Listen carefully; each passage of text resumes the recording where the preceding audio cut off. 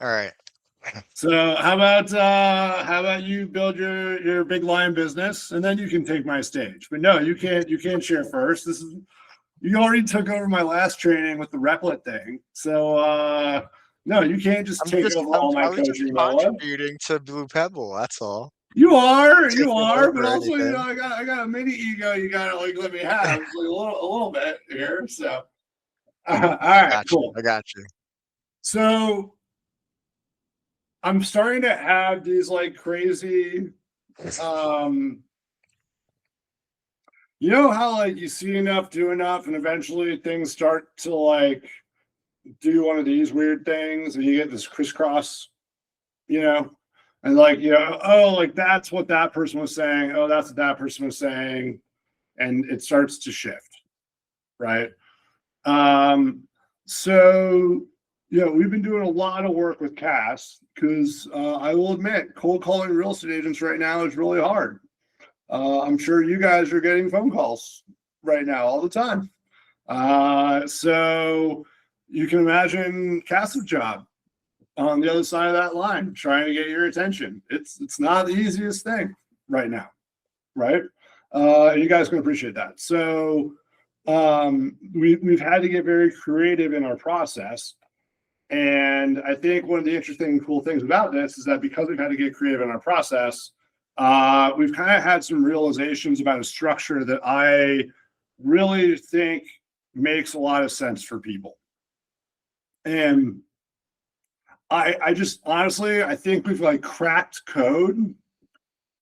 Like this is like getting to that inner layer of truth because I think as I think about this more and more over the last 2 weeks, like this is 2 weeks old, fresh off the press, like mine, like whatever, right? The more I think about this framework, the more I think it applies to pretty much any situation. I can't think of a sales process that this would not apply to in general. And now that I've seen this, I can't unsee it. Jenwick, I can't unsee it, Jenwick. I can't unsee it. I understand how that works. It's shifted everything. So out. Exactly. So what we're going to do is we're going to talk today about the dig. And we're going to talk about the dig in the context of a sales conversation, a pre-qualification conversation, because the dig is the way you ask the questions. But really, this is like the hero framework, right? And so, oftentimes we're not trying to, we're not trying to steal deals away from other real estate agents, right? Because that's sign crossing. So, where a recruiting process in theory would have like two digs, right? Like, because we're digging into someone's business, and this will make more sense after we do a dig. So I'm just prefacing it, right? If you're doing a recruiting conversation because you're watching this on Sterling or YouTube or whatever later, and you're like, "Hey, Jared, I want to recruiting this." Okay, great. The dig, like recruiting, is two digs. You dig into the business, and then you dig into the guide. If we're going to go back to the story brand framework, right? So you dig into the business, you dig into the guide, you show an alternate guide that can help with the business. You then call to action, you move forward, right? Whereas in our story with a client who's buying or selling a home, first, what we're going to do is not dig. We're going to frame them as the hero. We're going to understand what their problem is. And then we dig. And then we dig and dig and dig and dig. Okay?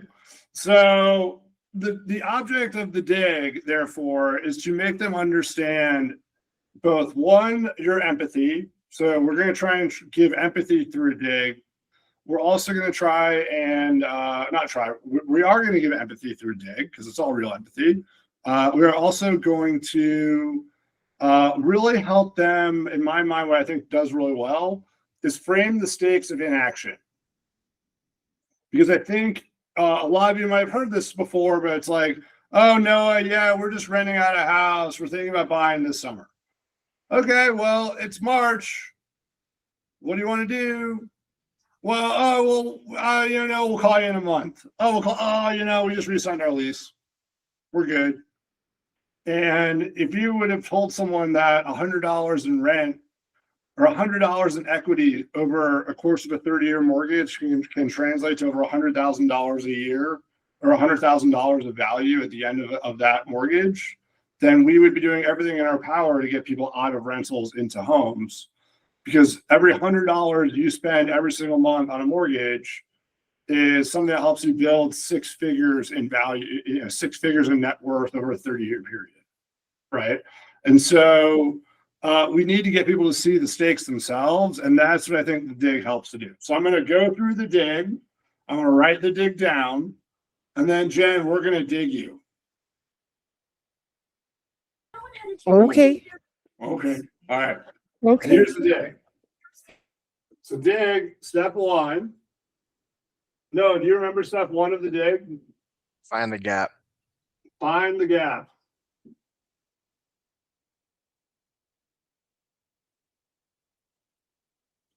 All right, step 1 is find the gap. No, what's step 2 of the dig? Feel the gap.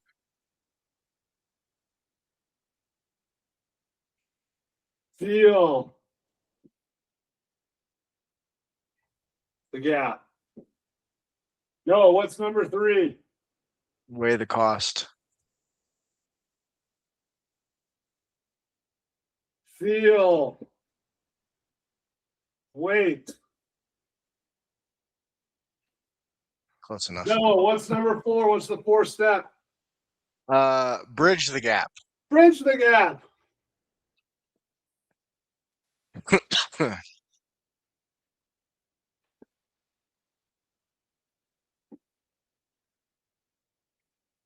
Easiest sales process known to man. We find the gap. We make them feel the gap. We make them feel their feelings squared on the gap. And then we throw them a lifeline. Jen. I don't want to pick on Jen. I always pick on Jen. I pick on Noah all the time in our individual coaching though too. So You can pick on me. It is what it is. all right, Jen. I'm curious. Is there anything that you're like shopping for right now? Like a meaningful purchase? Yes, I could do that. Here in the next 6 months, I want to get a new car. A new car. Cool. We'll tell you what, Jen. I'm curious. What are you driving right now? I drive a 2003 Saturn View that is a standard 5-speed. Sounds like you're a car girl. I am. You are. Most people, even men, would not say a standard 5-speed. Okay, Jen. So we've got an 03 car. We're looking to buy a new one. What are we looking? Well, tell me aspirational you. What are we looking to buy? I'm debating on whether I'm going to get an SUV or a truck. Okay. I'd like to get a newer vehicle, but with my finances, probably not. So probably within the $10,000 to $15,000 range. Okay, but SUV, truck, used car, 10 to 15 grand, right? And so tell me more about that. Like what's important about getting a new car right now, getting a new truck or at least like trading up, or what's that all about for you? Room. I want to go camping, and I love taking my animals with me. But I have a 200 and some odd pound gigantic human-sized dog who requires more space than a tiny little back seat. Yeah. And to have him with me, plus my other dog, my daughter, me, and all my equipment, I need a bigger space. I hear you. And so what is given that you don't have this space, it sounds like this affects you and your family a little bit, especially your dog too. I haven't been able to take him when I go, and it's costing me money to have him boarded, which I don't. I have people just come stay in my house, which I don't like because I don't like people in my house. Yeah. So I can't really take him, and that bothers me a lot. So we just, if I can't take him, we don't really go that much, which You just for don't me, go? well, yeah, because if I can't have my whole family camping, I don't really see the point in going. And my dogs are my family, so they get to go with me. And if they can't go, they don't get to go. How long has that been going on for? A few years now. Few years? Few years, yeah. And I'm issue. guessing it sounds like you're kind of with your family. How does your family feel about this too over the last few years? It's an issue. We're camping people, so not being able to go during the summer and explore and go out and do things is causing problems for sure. Well, look, myself, I'm an outdoor person. My dog, you've seen her; she loves to be outdoors too. So I know exactly what you're talking about when you're cooped up inside, and you can't get on the road. And that's frankly exactly why I built my business the way it was, so I can help people like us get back out there and enjoy the outdoors. Would you want my help with that? Absolutely. Great. Well, the first step. Do you understand, you, Jen? Yes, I do. Did that feel good? Yes, and weird at the same time. Oh my God, that was like you walked into it. It was perfect. It was great. Nate, we're talking about the greatest sales process known to man that we're officially trademarking at Blue Pebble here as the dig. I love it. It applies to any conversation you're having. The one that Jen and I just had about her getting a new truck and got her to now also hire me as her auto broker. I'll be looking forward to that engagement here in the next few months, Jen. Yes, I think we've realized, so we've done a lot of work with Cass about how to communicate his strategy around recruiting, but not just recruiting, sales strategy. And so this is the culmination. I might need to move this forward a little bit because it's way in the back of my office. But this is the culmination of all that, which is the dig. Wow, I got to write a lot bigger next time I do this whole thing. But the dig is filling the gap. So, hey, Jen, how does that make you feel that you can't? That was when I was asking you up there. How does that make you feel that you can't get on the road? Right? Well, we're cooped up. We're bad. Blah, blah, blah, blah, right? Well, tell me more about that. Right? What is that feeling? Oh, well, it causes a stress in our family. I can't do that. Blah, blah, blah, blah, blah. Well, how long has that been going on for? It's not just that you can't be on the road. That's a damn shame. But if that happened today, and today was the first day that you couldn't go out on the road, that would be a much different motivation than if you admitted what you did, which was years ago. And most people, by the time they're calling you as a real estate broker or having a meeting with you as a team lead, Nate, this isn't the first time they've thought about it. Like this, this is what I was talking to Noah about on Monday, yesterday. Does someone look? I've been waiting for this moment my entire life, and I'm sure I'm going to find an agent at some point that this has happened to, where you get the call and it's, hey Nate, this is Tom. I woke up this morning and an angel told me I had to call you to buy a house. I don't frankly know why. I don't know where, I don't know what, but I am a cash buyer up to $2 million. And I was just, a voice told me I had to call you to buy a house, and I feel like buying a house today. I've never had that divine intervention in my lead funnel yet. Maybe other people are different. I don't know, right? But there's always going to be a motivation about it, right? Oh, hey, we know someone's pregnant. We're trying to get pregnant. Oh, the kids are getting older. A lot of these things that transact real estate, these arcs go on for years. And then at the end of the arc is when real estate becomes a component of that. So I think the thing that a lot of people don't understand that doesn't translate to them is we're using recruiting as an example.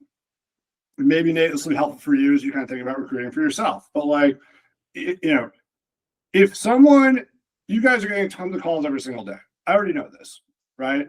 And I love that you guys are telling everyone to F off because we're the best, which is great. Keep doing that, right? Those people that don't tell Cass or our recruiting team to F off, imagine like how desperate they are now that they're finally saying, yes, I'll talk to you. There's nothing Cass can say. Nate, there is nothing you can say on an initial recruiting call, cold call, that you can say to convince someone that you are different from the 80 other people that are calling now. That is the job of your pre-qualification pain meeting to dig, right? But when you're actually doing the, hey, this is Nate with the Suburban Way, right? Suburban Way. That's right. Yep. This is Nate. I'm with the Suburban Way. I'm a new team lead at the hottest new brokerage in Colorado, the Blue Pebble Homes. We're with the Blue Pebble Group. I'm calling because we have an amazing opportunity for you to join our lead generation team. We do online stuff. We do amazing stuff. We do content. Do you get that support right now? And if not, we should be talking about that. You're going to sound like everybody else. And if they say yes, they're talking to 5 other people. Because, like, what separated you that day? But by the way, they've been getting called for months. And then one day, it is quite possible that the switch flips and, like, you know what? My broker finally screwed me. Or like, I finally didn't get that support. Or my team lead finally took that lead. Or he finally didn't pay me. Or he finally ditched my coaching session. Or he finally did that, and now I'm ready to go. So, like, okay, yeah, I'm interviewing. Who's calling me first? Let's go. And hopefully you're on the other end of the phone, right? For your leads, though, it might not be that much of a break in a relationship. It could be something that happens over time. So when you call someone and you're on the phone, let's say, Noah, you're in my sphere. Hey, Noah, it's Jared. This is how my sphere calls would always go. Hey, Noah, it's Jared. How is your family doing, Noah? How's Sephra? Give me one word. Good. Great. Have you raced any cars lately? I've not seen a lot of racing or shooting in your Instagram. Are you okay? One word. Yes. How's work going, Noah? Are you crushing it, closing a bunch of real estate deals? Yep.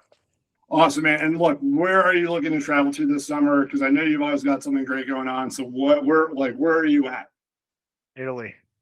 Ford, family recreation dreams, right? Okay, cool. Hey, Noah, that's sick. I hope you have an awesome time in Italy. By the way, I just got back from Florence myself last summer. So if you need recommendations over there, to let me know. I'm happy to send you some of the best pasta that I've ever gotten in my life, right? Hey, Noah, real quick question for you. I know you and Sephra, you moved in your house, you've been there for a couple of years. You know, have you given any thoughts to buying or selling real estate over the next 12 months? No. No. Okay, cool. Well, look, what would have to change in your life right now for you to consider that as an option? Kids. Okay, cool. Well, look, I don't want to cross any lines. Are we working on that? Practicing. Practicing. Hey, all good. Tell you what, you let me know. When the game is on, because 9 months gives me plenty of time to find you an amazing house. Is that cool? Sure. Okay, great. And then we go on to the next one. That was literally my prospecting day. Like that, right? But Noah, let's say hypothetically the kid was on the way. So I call you back in 6 months because now I need you to, this is a coaching session, Noah. I need you to behave a certain way. All right. You're being a bad example, Noah. So let's say, Noah, I call you back in 6 months, kids are on the way. Right? All right. Okay, Noah. Hey, you mentioned that we're practicing. Is it game on, Noah? Yes. Okay, we're in the first, second, or third period here. Third. Cool. All right, great. Third period, dude. We gotta move. Game's gonna be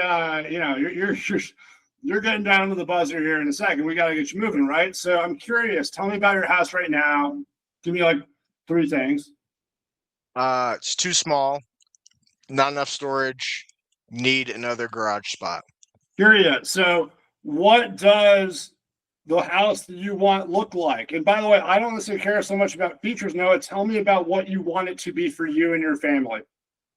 Do you want garage? Do you want a backyard? What do you want? Tell me, envision yourself in this house, Noah. Tell me what you want.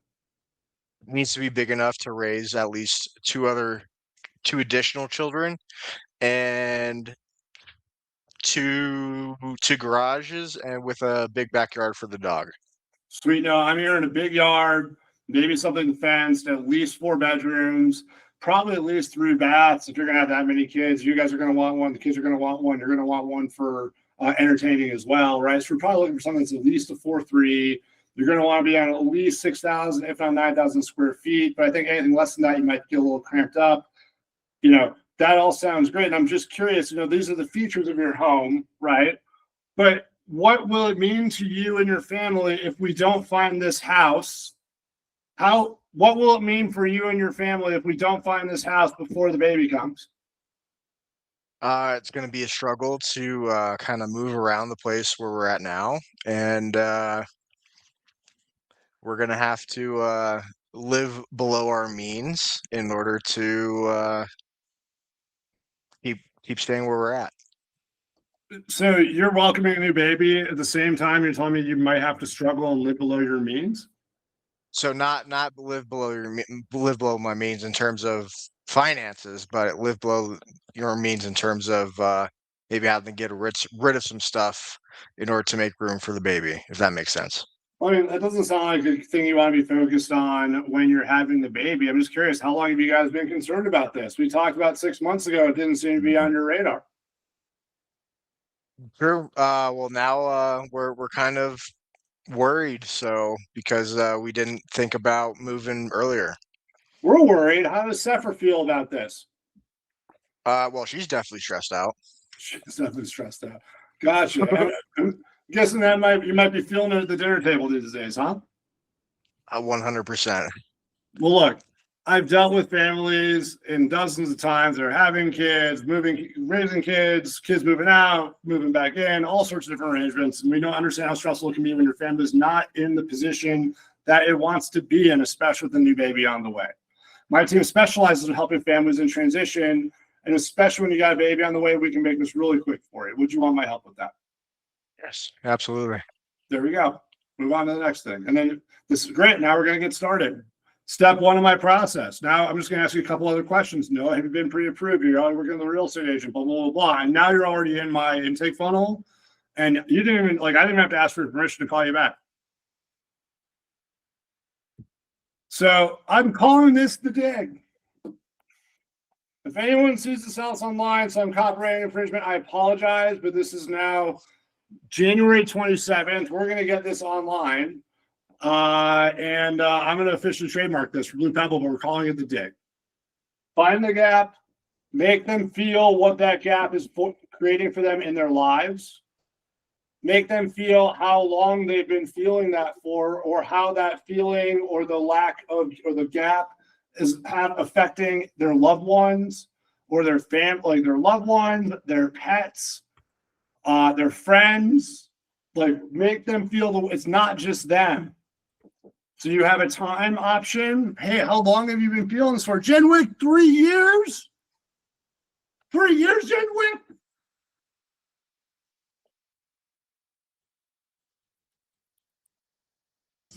Hey, it happens. We got to get you closing deals, Jenwick. That's what we need to do. Yes, yes, we do. I'm good. Yeah, we do. Okay. 3 years. But hey, that there is a wait of 3 years, right? Oh my gosh, you've been feeling this way for 3 months? How is this affecting you and your family? How does this impact your normal Tuesday morning when you're getting ready with the kids? Does this start to come up a little too frequently? Well, hey, look, I know exactly how you feel. I've been there too. This is exactly why we built our plan, our system, our thing the way it is. It's to help people like you, because I've been in your shoes. Would you want my help getting out of your problem? Yep. All right, cool. And then you just never let them out. You've already closed them before they even signed. How do we feel about the dig? I like it. I used it actually right after our call. You've already used it in the last 24 hours, Noah. Tell me how that went. It went really good. In what way? It went really good. in the fact that I'll probably be sitting down with these people beginning or at least end of next week. Is that a And listing? Is that a buyer? Like, what is that? it's gonna be a buyer. They're renting in Parker. They wanna buy a house. Where'd you find that lead? Old Facebook leads. Telling you, Nate, we're gonna get some, man. We're gonna start. It's gonna be shooting fish out of a barrel here pretty soon. So, look, no, I think that's great, right? But here's the point, and this is the learning that I have gone through, and it took me this book brand script and all this thinking and a year of Cass and I banging our heads against the wall, trying to figure all this stuff out. I learned as an engineer and an ISTJ, dude, logistician, mathematician, whatever. I started selling features. Oh, look how cool your big house would be. Your 4 bedrooms, 3 bathrooms, your big yard, your 3-car garage. Yeah, okay, Jared. But like at the end of the day, you don't care about any of that stuff. That doesn't mean anything to you, Noah. All you know is that you have a baby on the way, and you've got 2 options. You can either spend the first 3 months of that baby's life like cramped up in a room with you and whatever and all this crap you got to get rid of, or you can work with me and we can get you into that home, right? That has the yard, has the extra bedrooms, has the extra room. You're never going to have to move again. I can give you that security that you want. So now Noah, knowing that you're my hero, Noah, you're my hero. Your problem is you've got a couple kids. Real estate is a component of that. Your problem right now is you got to find a house. The thing you're not sure about is whether or not Jared has any idea, or whether or not working with Jared makes any difference whatsoever. And you're pissed off that all this hard-earned money and you don't even have enough money to save for college as your baby comes up because housing is so expensive. It's going to eat up into your entire budget.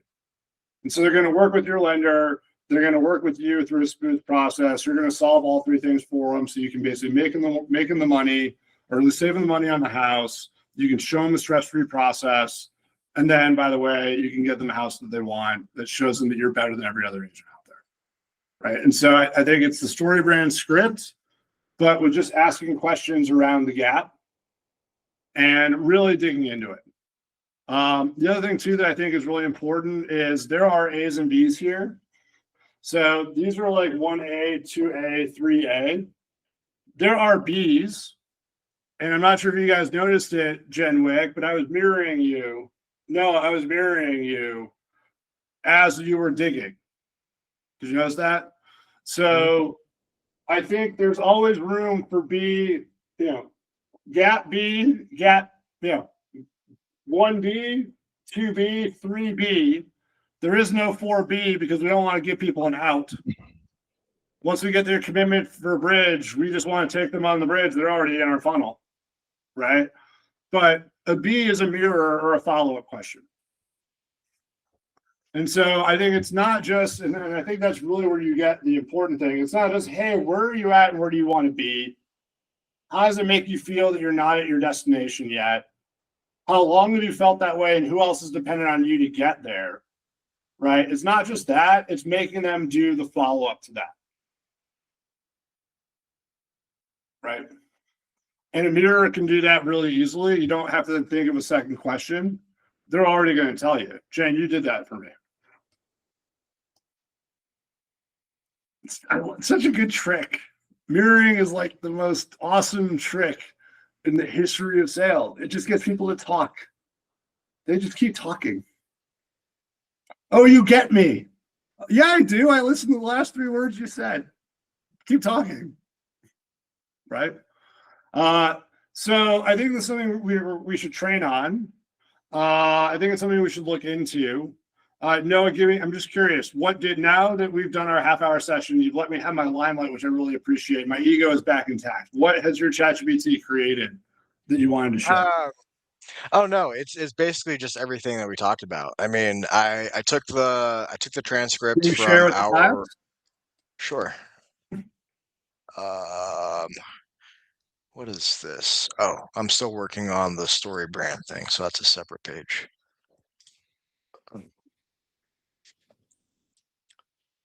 Go back to the top.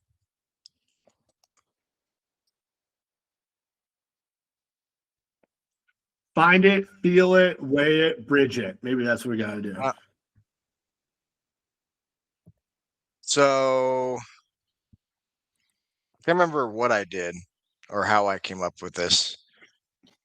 Oh, that's why, because I'm sharing this screen.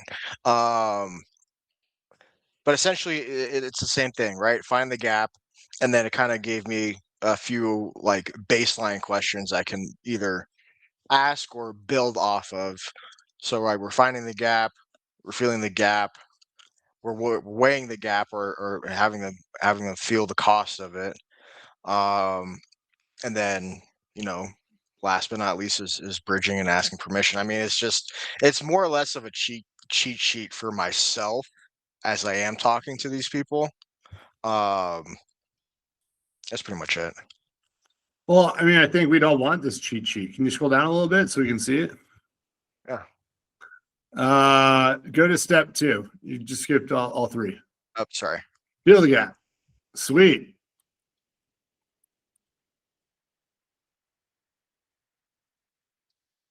Oh, this is something else that I'm not quite proficient at, even though as the creator of the gap, I've still not mastered the gap. We've just identified it. So, don't laugh, Jen. That was all right. Anyway, so feeling question, right? You can't just ask, "How does this make you feel?" That's something I left out, right? So what I love about this cheat sheet, Noah, is if you ever ask a prospect, "Well, how does that make you feel?" It comes off like a little, it just comes off like a little, psychologist-y, like shrink-y, Bland. like, "Hey, Jared, you're my real estate agent. You don't care about my feelings." Like, okay, so you need to get them to like feel it without asking them, "How does this make you feel?" And so I think I love that second question. It's like, "Hey, I'm just curious, no, the fact that you haven't figured this out yet, how is it showing up at home or around your family?" Right? Oh, stress, whatever. Or, just curious, what's a bad day feel like until we get there? Mm-hmm. I guess that uses the word feel.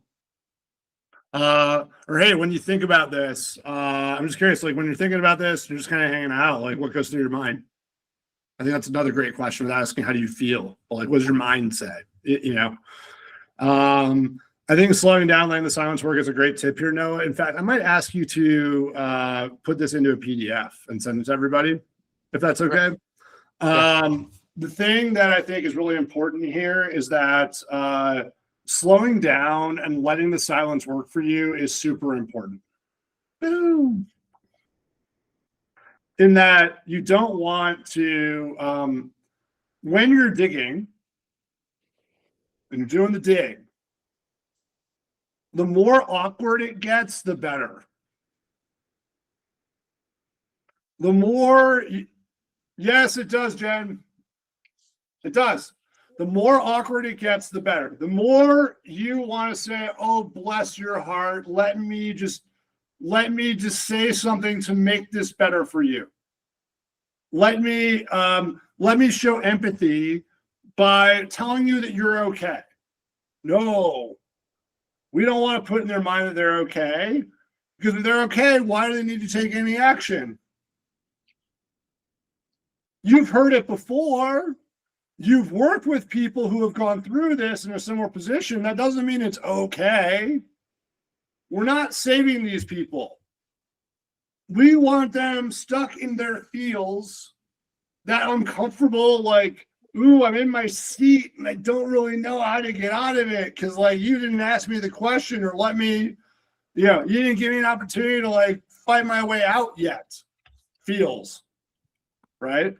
And then if you scroll down, Noah, go down to number 3. I love the duration. Well, shit, no, Nate. I mean, Nate, let's go back to your let's go back to your VA problem. When we were talking about your time and your leveraging, how long had that been going on for? Oh man, it was brutal. Years.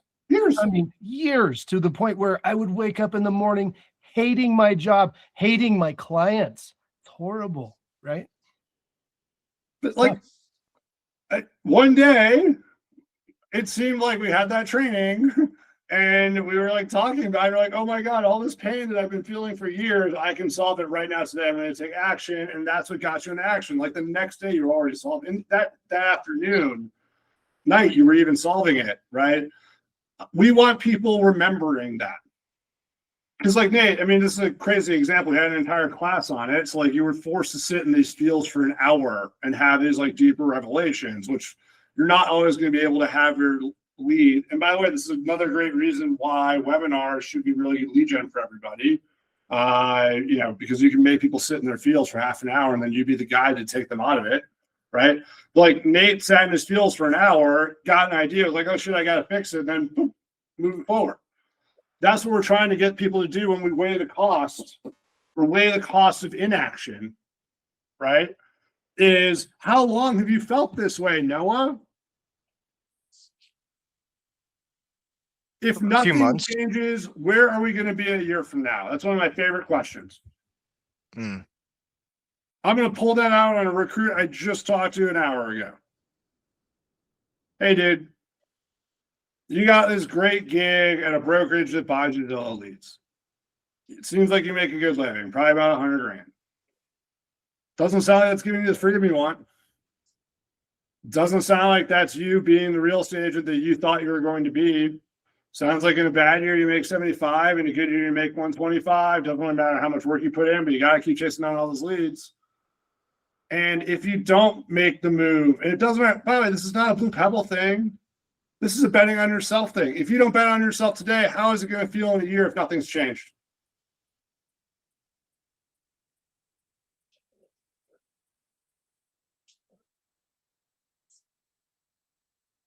Silence. And let them just sit on it and be like, you know what, Nate? What a great question. Haven't thought about like that before. Yeah. And then you can say, hey, I hear you, Nate. I've worked with a lot of people in your position, and oftentimes they don't ask themselves that question until, frankly, it's too late. And luckily, we're having this conversation now. We built a system around helping people like you in your position get from A to B. Would you like my help with that? What I think what was most profound about that conversation on that specific day was what you said, and you do this often. I'm not giving you props here, but I think what you said was very bold. It was very confident. It was true, and it was still polite, right? And I think that if you can maintain all of your conversations going through in sales in that way, there's no way they can say no to you. 100%. It's a confidence first thing, right? And I think a lot of people don't have confidence in sales conversations because they don't know where to go. Okay. What? Oh my God, my lead raised their hand. Someone actually finally told me that they might be thinking about buying or selling in 6 months. What do I do? Well, you don't puke all over yourself and pretend this was act like this is the first, even if it was, you don't puke all over yourself and act like it's the first time you've ever had a lead, right? Act as if you've been there before. We should have a plan for it, right? But someone raises their hand and says, actually, no, I'm thinking about buying or selling a house right now. Hey, great. Congratulations.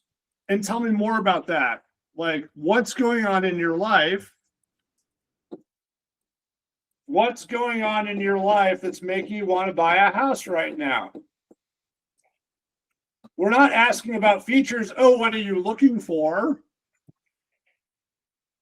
We don't go to the feature conversation. What is going on in your life? Where are you at in your life right now that you are trying to get to?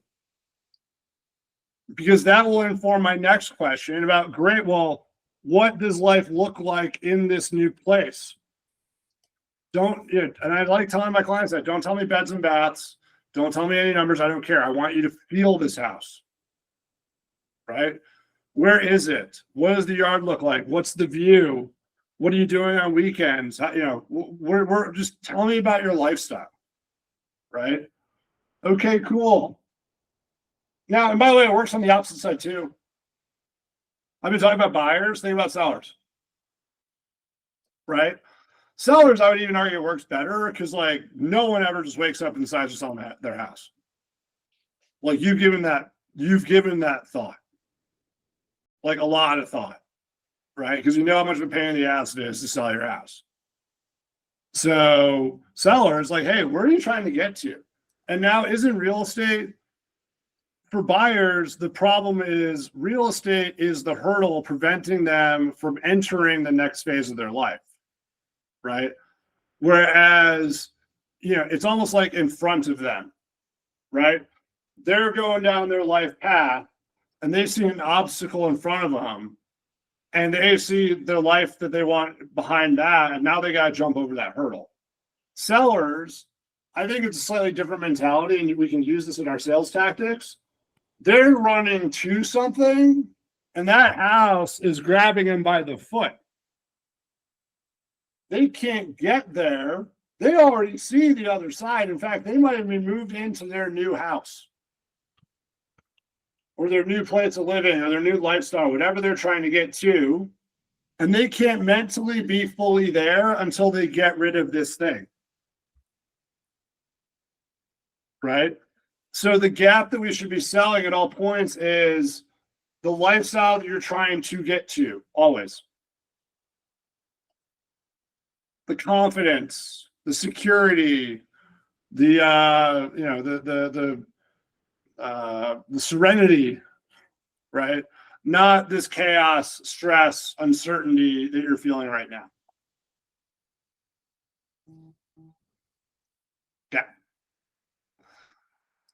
So, how do you feel? Good. I like this. I like this a lot. Jen, I'm going to be your car broker, right? I already told you on that. Yes, you did. We have that recorded in video, so I think that's an engagement. That is, sir. Yes. Yeah. Awesome. Well, hey, look, I just wanted to express it to you guys because I think part of it is like, what do we do? Okay, Jared, we're talking about all these calls. We're talking about increasing our volume.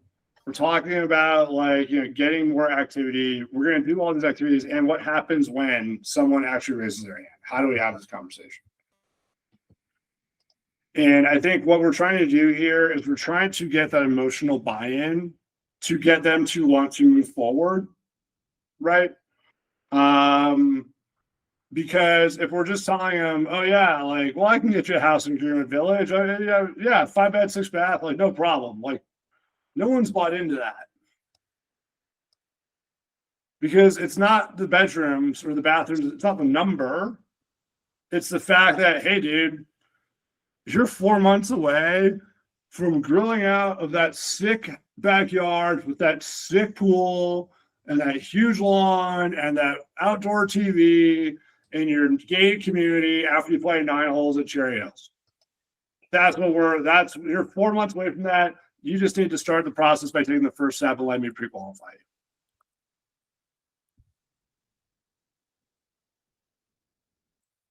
So, hope this is helpful.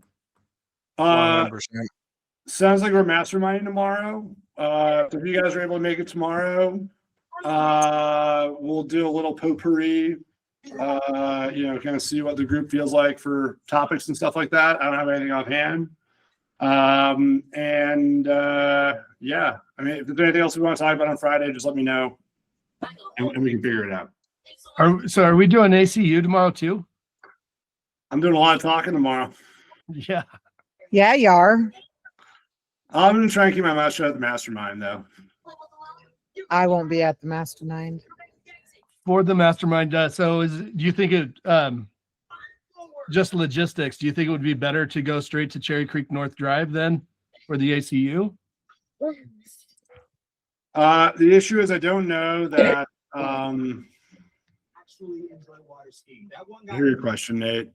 I don't know that.